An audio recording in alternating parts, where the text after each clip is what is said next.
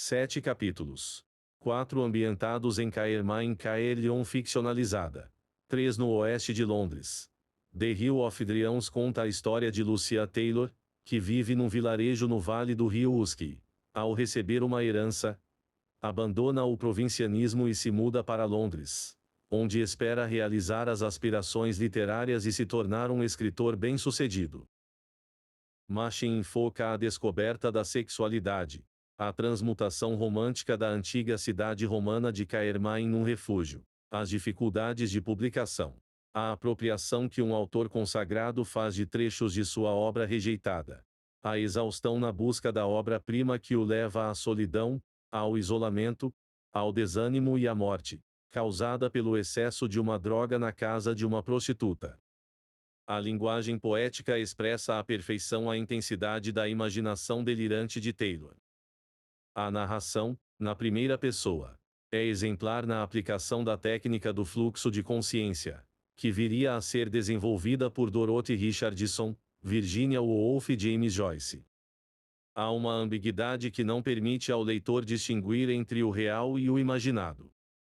O solitário despertar sexual de Taylor, por exemplo, dá-se em contato com a natureza num dia quente, quando se despe e se deita na relva ao sol, belo com a pele olival, o cabelo preto, os olhos pretos, a reluzente visão corpórea de um fauno perdido. Adormece e, ao acordar, tem a visão de duas formas.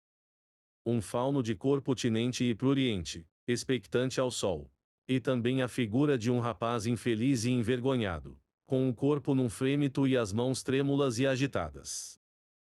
A concepção estética de Taylor enfatiza a sonoridade, as ressonâncias das palavras que, conforme o arranjo na frase, sugerem admiráveis impressões indefiníveis.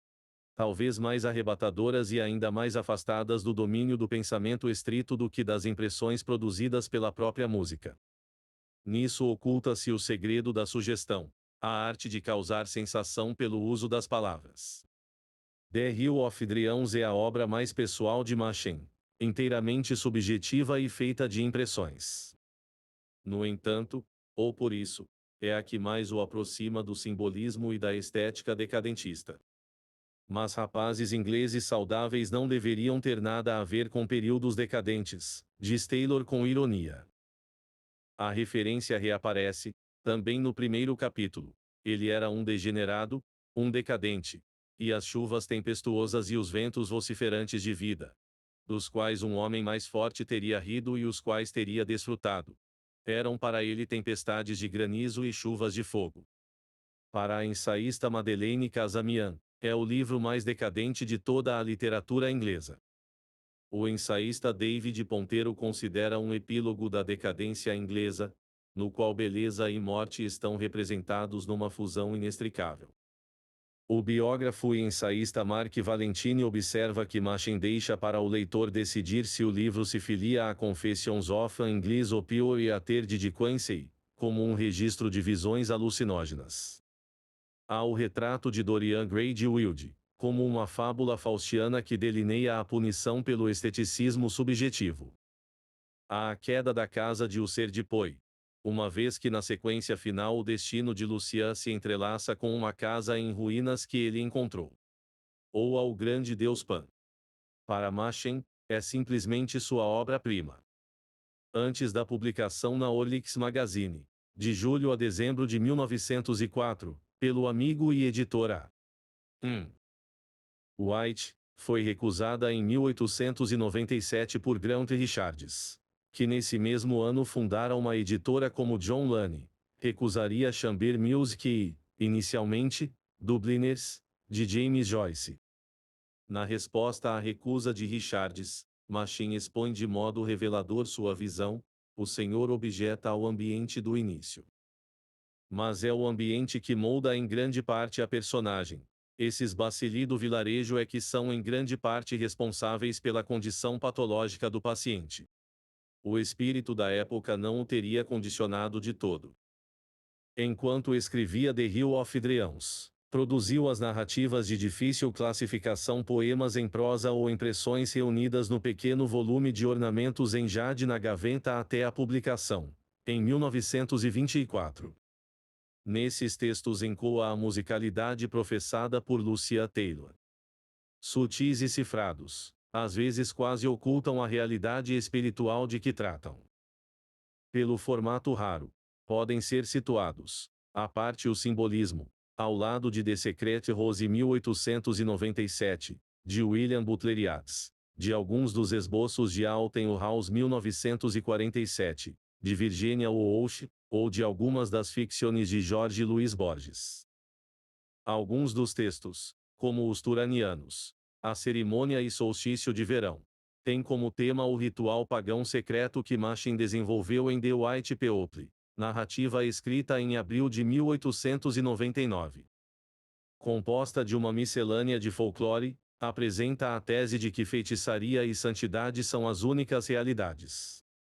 Cada uma delas é um êxtase, um retiro da vida comum. O pecado é o esotérico, a tomada de assalto do paraíso. A santidade, uma tentativa de recuperar o êxtase que existia antes da queda. Mas o pecado é um esforço para conquistar o êxtase e o conhecimento que pertencem apenas aos anjos. E, ao se empenhar nesse esforço, o homem se transforma num demônio. Ilustra essa ideia a história de uma menina iniciada na magia negra pela Ama Seca, uma feiticeira.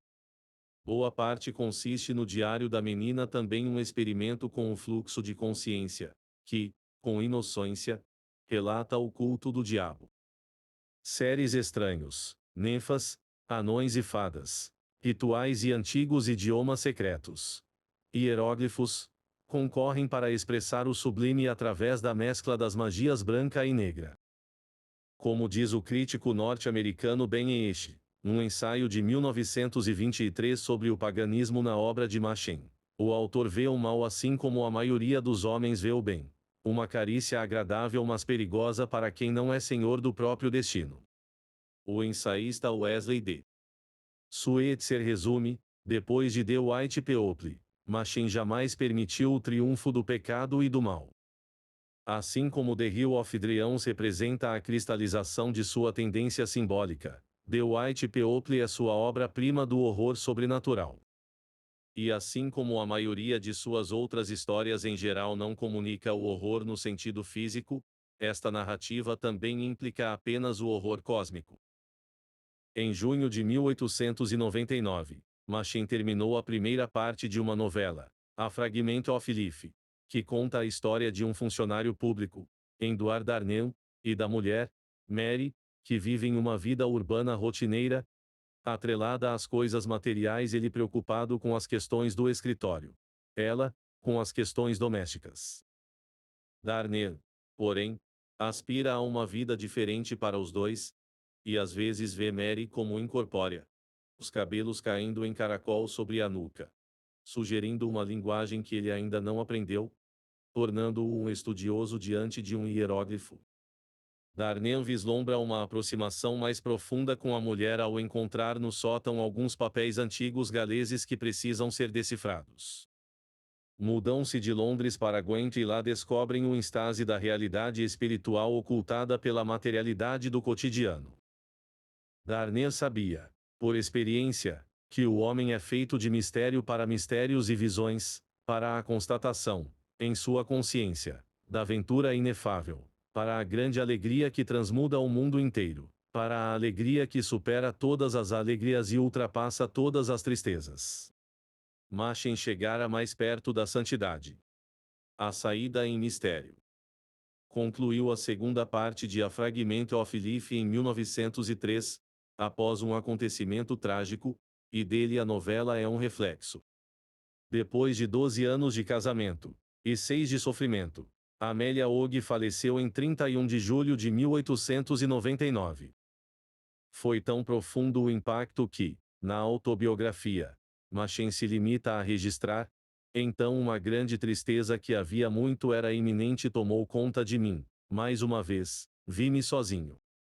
Ao longo de um ano, imergiu na depressão, numa desesperada procura da identidade e de um lugar no mundo a esmo no ar, em delírio. Na desolação, viu as fotografias na parede da casa de Grayson se dissolverem e retornarem ao caos. Passou então por um certo processo mental que não conseguiu explicar, mas que resultou em uma paz de espírito totalmente inefável, um saber que todas as dores, aflições e feridas tinham sido curadas. Rejeitou qualquer explicação ocultista para esse processo, mas o comparou à experiência espiritual presente nas lendas do Santo Graal e na vida dos santos celtas. Traduziu-o por fim na busca de Darner, a iluminação arquetípica que reapareceria nas novelas de Secret Glory e de Great Retour, que tratam do tema do Graal. Tentou reiniciar a vida, mudando de introvertido em extrovertido, de reservado em social. Ampliou o círculo de amizades, tendo tido, por exemplo, a oportunidade de conhecer Max Beerbohm, ensaísta e ficcionista associado ao decadentismo. Buscou apoio espiritual externo. A convite do amigo Aun White, entrou para a Ordem Hermética da Aurora de Ouro, fundada em 1888 por W.Y.N. Scott, ligado à seita alemã da Rosa Cruz. Embora de autenticidade duvidosa, a ordem contava com membros célebres, como um Gregor Metjes, que criara rituais simbólicos com base na Cabala, na filosofia neoplatônica e em princípios alquímicos. Os escritores Algernon Blackwood e William Butler Yeats, e o bruxo Aleister Crowley. White era um respeitado pesquisador do ocultismo que publicara The Real Story of the Rosicrucians, em 1887, motivo pelo qual Machen aceitou o convite. Com o nome de irmão Avalon News, frequentou-a por um breve período. A exemplo de Yeats, sem convicção, na autobiografia, apelida de Ordem da Estrela do Crepúsculo, um mistério divertido. E, afinal, não fazia mal a ninguém. O mal, porém, rondava. As divergências internas eram enormes, sobretudo entre Yeats e Crowley, o adepto radical da magia negra. Consta que Crowley matou um gato de 9 maneiras diferentes antes de declará-lo morto. O gato na Grã-Bretanha tem 9 vidas. Machen relata, sem nomeá-lo, que se dizia que esse monstro pendurava mulheres nuas em armários em ganchos que lhes perfuravam a carne dos braços. A última coisa que Machen desejava era um contato com as forças do mal. Deixou a ordem, mas manteve encontros sociais, por exemplo, com Yeats.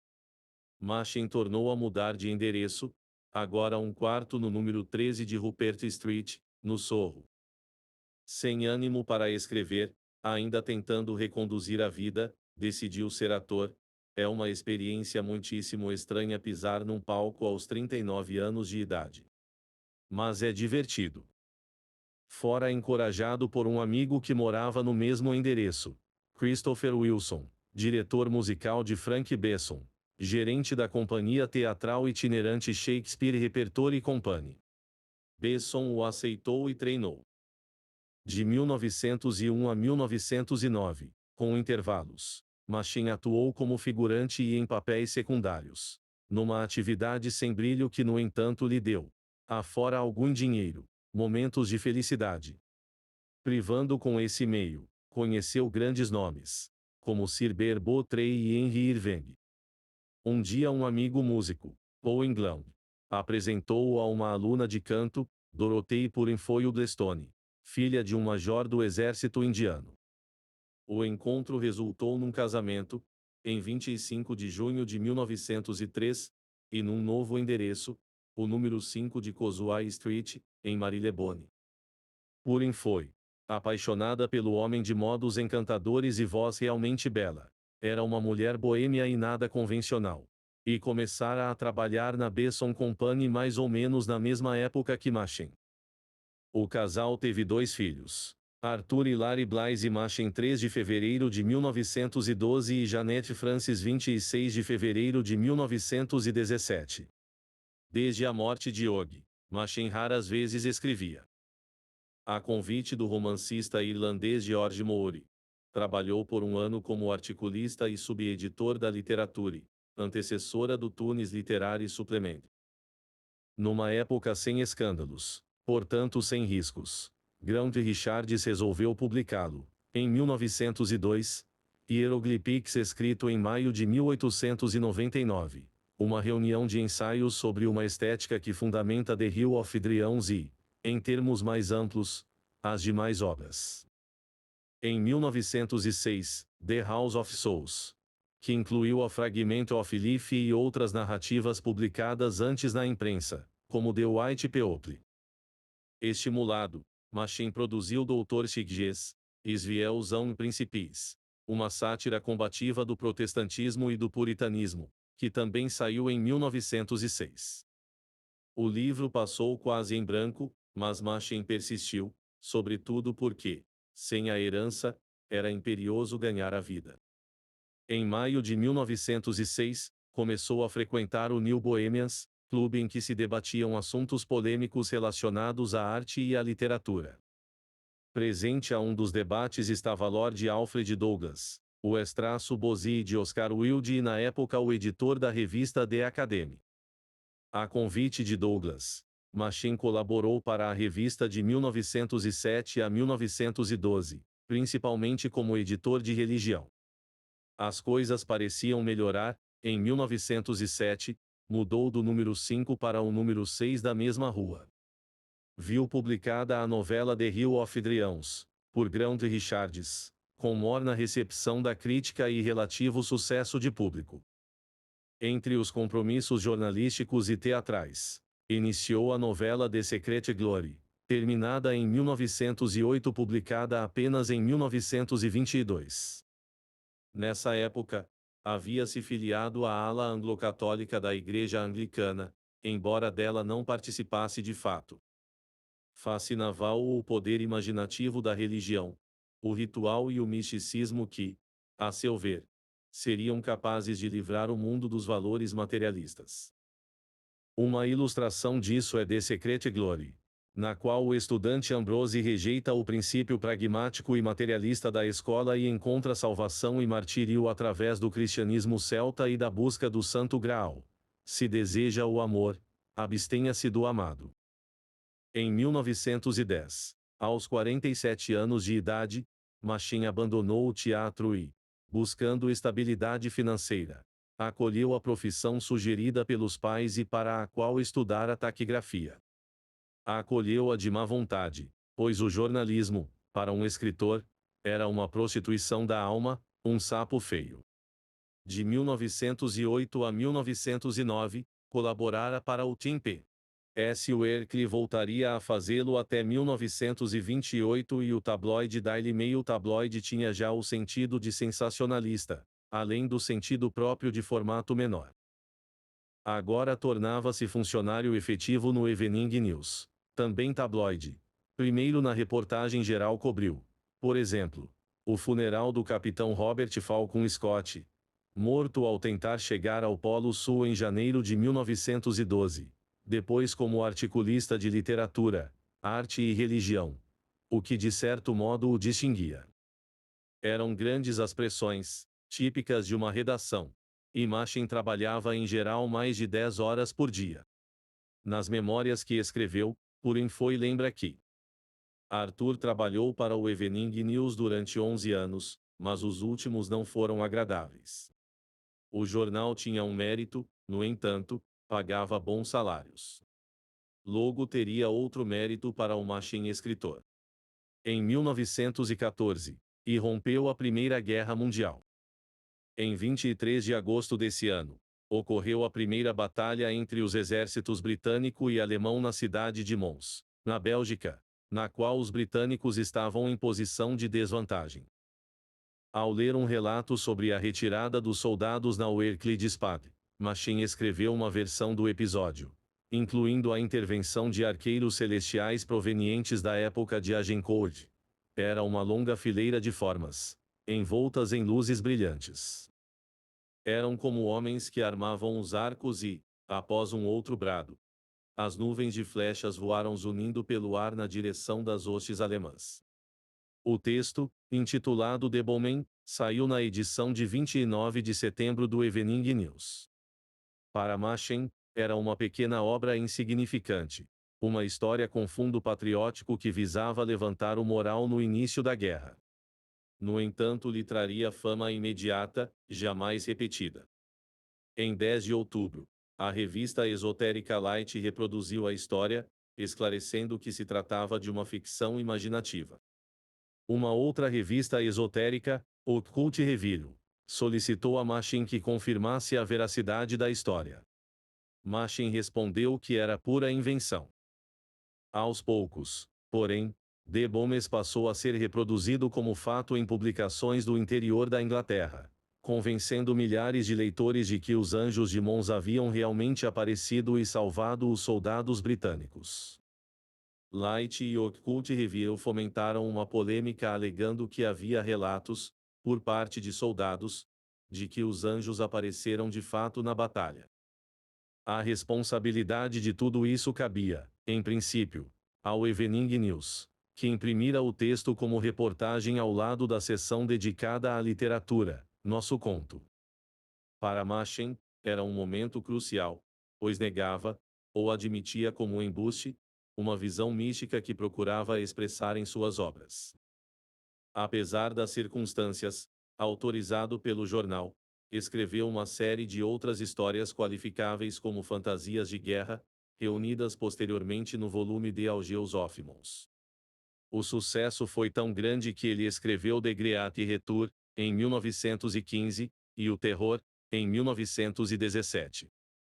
Nessas duas novelas, Machin introduziu o narrador-repórter, e, sobretudo em O Terror, um tom coloquial mostra ter ouvido apurado ao registrar, por exemplo, que os soldados britânicos pronunciavam ipres como ipes.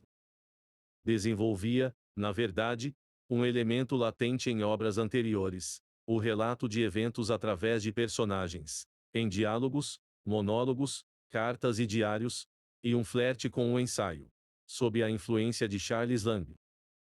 Agora, porém, tornava indistintas as fronteiras entre ficção e realidade ao criar uma persona literária. O narrador é e não é ele mesmo, escritor-jornalista. A realidade é e não é a relatada ou testemunhada. Essa abordagem confere uma enorme atualidade ao terror, no qual a explicação racional dos acontecimentos não elimina a possibilidade da intervenção do preternatural e põe em xeque a própria racionalidade. Imprimiu também esse tom na serialização de The Confessions of a Literary Man, sobre as influências literárias na juventude, e em The London Adventure, or The Art of Wandering, em que o escritor-jornalista se empenha em escrever sobre a cidade de Londres, um livro que não chega a ser escrito.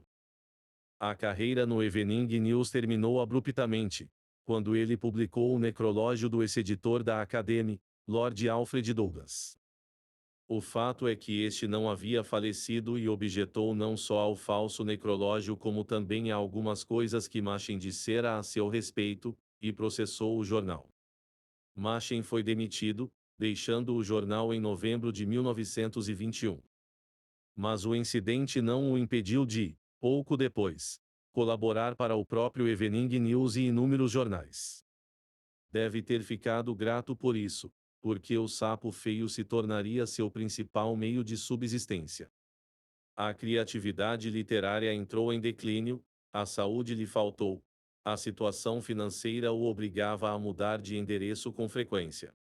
Machen logo reencontraria os gnomos do castelo que conhecera ao chegar a Londres pela primeira vez. Antes, porém, teve a surpresa e a felicidade de testemunhar a redescoberta de suas obras. Terminada a guerra, o norte-americano vencentista Rhett leu por acaso O Terror e gostou. Leu The Hill of Dreams e as novelas na coletânea The House of Souls e o elegeu um mestre, promovendo uma campanha de proselitismo nos Estados Unidos, no que foi seguido por James Branch Cabell, Carl Van Vechten e Ben Ench. No início dos anos 20, as obras da década de 1890 e posteriores foram publicadas por Alfred A.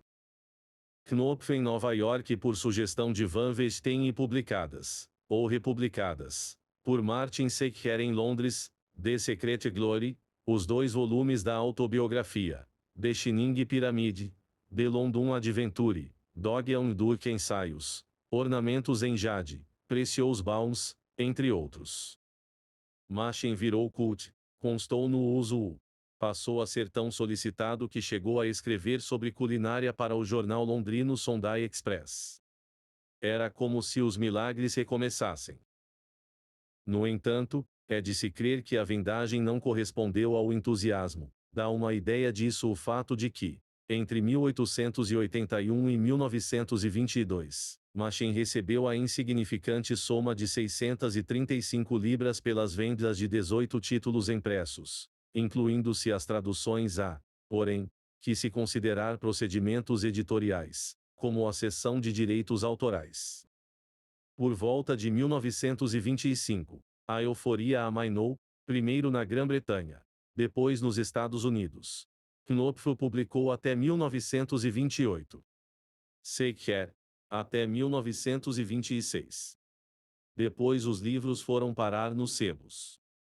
Em 1929, aos 66 anos de idade, Machen enfim se fixou com Purim foi numa casa de Old Amersham, no condado de Buckinghamshire.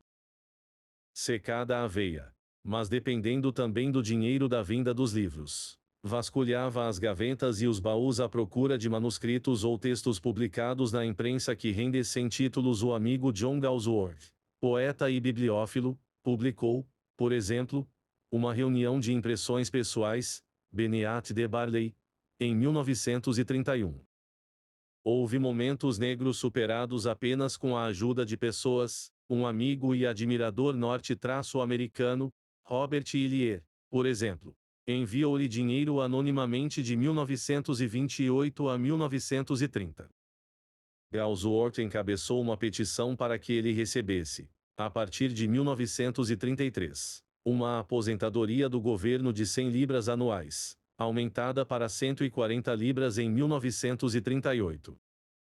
Durante a Segunda Guerra Mundial, em 1943, quando as dificuldades se agravaram ainda mais, uma comissão de que participaram Max Beerbohm, George Bernard Shaw e Thomas T.R. Eliot, entre outros, levantou fundos para que o casal levasse uma vida sem privações.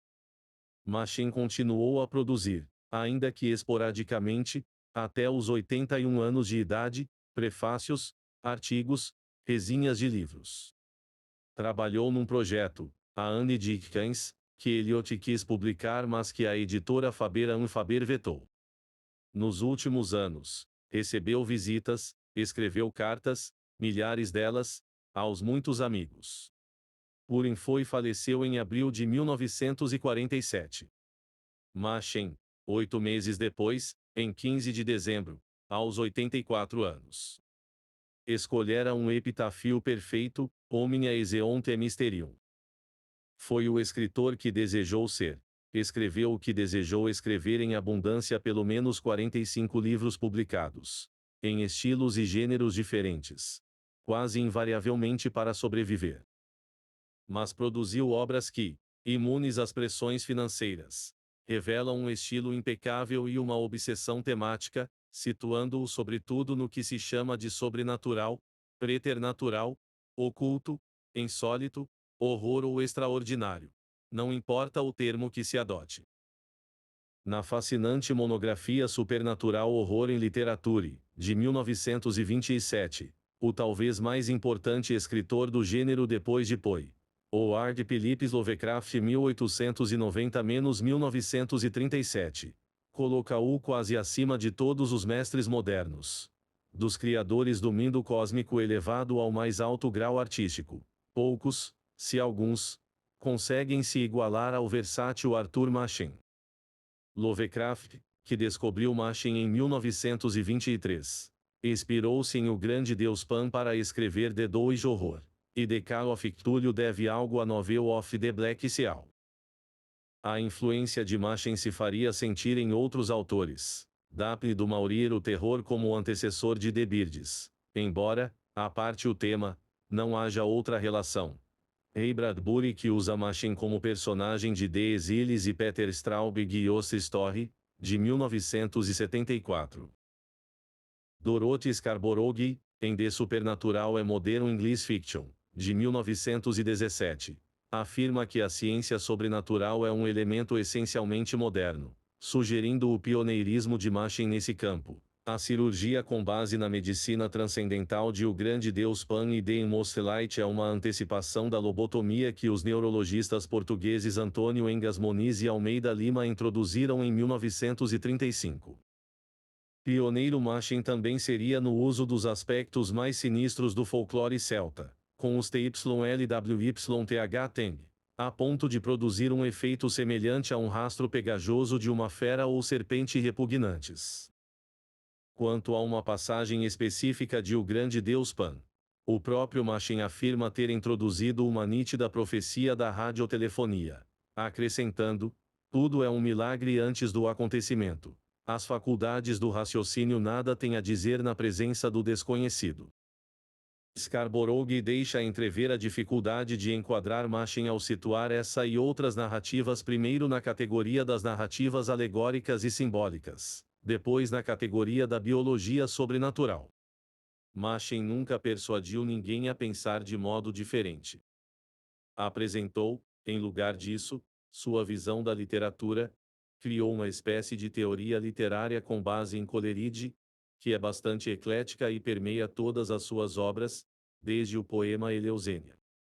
Em De London Adventure, ele se refere ao desenho e à trama de sua tapeçaria. O sentimento dos mistérios eternos, a beleza eterna oculta sob a casca das coisas comuns e ordinárias. Oculta e no entanto a arder e fulgurar continuamente, se nos damos o trabalho de olhar com olhos purificados. A ideia da purificação é essencial. Do contrário, a percepção se faz pela intrusão exposta no longo prólogo de The White People, no qual se opõe santidade e feitiçaria, espiritualidade e ciência.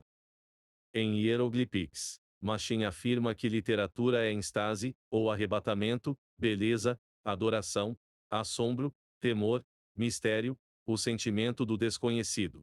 O desejo pelo desconhecido.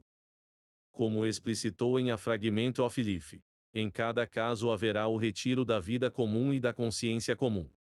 Vivemos num mundo de símbolos. De coisas sensíveis perecíveis que tanto velam quanto revelam as realidades vivas, espirituais e eternas. Ao comentar os caminhos adotados por Machen para realizar essa visão, o sexo mórbido, a presença corrosiva do maligno representada pela ciência e pelo culto do demônio, a recusa romântica à materialidade da modernidade, Lovecraft fez uma crítica dura, por mais que o admirasse. Gente cuja mentalidade como a de Machen está impregnada dos mitos ortodoxos da religião encontra obviamente um pungente fascínio na concepção de coisas que a religião estigmatiza com proscrição e horror. Essa gente leva a sério o artificial e obsoleto conceito de pecado, e o vê pleno de sinistra sedução. Ao comentar o livro de Dorothy Scarborough, Virginia Woolf oferece uma outra perspectiva ao discernir no sobrenatural a possibilidade que Machen discernia, e, embora não o mencione, deve tê-lo tido em mente: o campo está povoado de ninfas e dríades, e Pan, longe de morto, faz suas travessuras em todos os vilarejos da Inglaterra. Grande parte dessa mitologia é usada não por si mesma, mas com o propósito da sátira e da alegoria. Mas há um grupo de escritores com o sentimento do invisível sem tal mescla. Esse sentimento pode evocar visões de fadas e fantasmas, ou pode levar a uma vivida percepção das relações existentes entre os homens e as plantas, as casas e seus habitantes, ou qualquer uma das inúmeras associações que, de um modo ou de outro, estabelecemos entre nós mesmos e outros objetos em nossa passagem. Virginia Woolf como que traduzia um pensamento de Machen no ensaio sobre religião, Warren e Christian Fight, de 1918. Para ele, a fé é uma aventura e uma viagem que todos temos de fazer. Quando chegamos ao final, podemos nos surpreender com o fato de que o novo porto é o antigo, embora tenha passado por admiráveis transformações. A verdade é que, gostemos ou não, vivemos, se vivemos bem, em e por e através de mistérios. Março, 2001.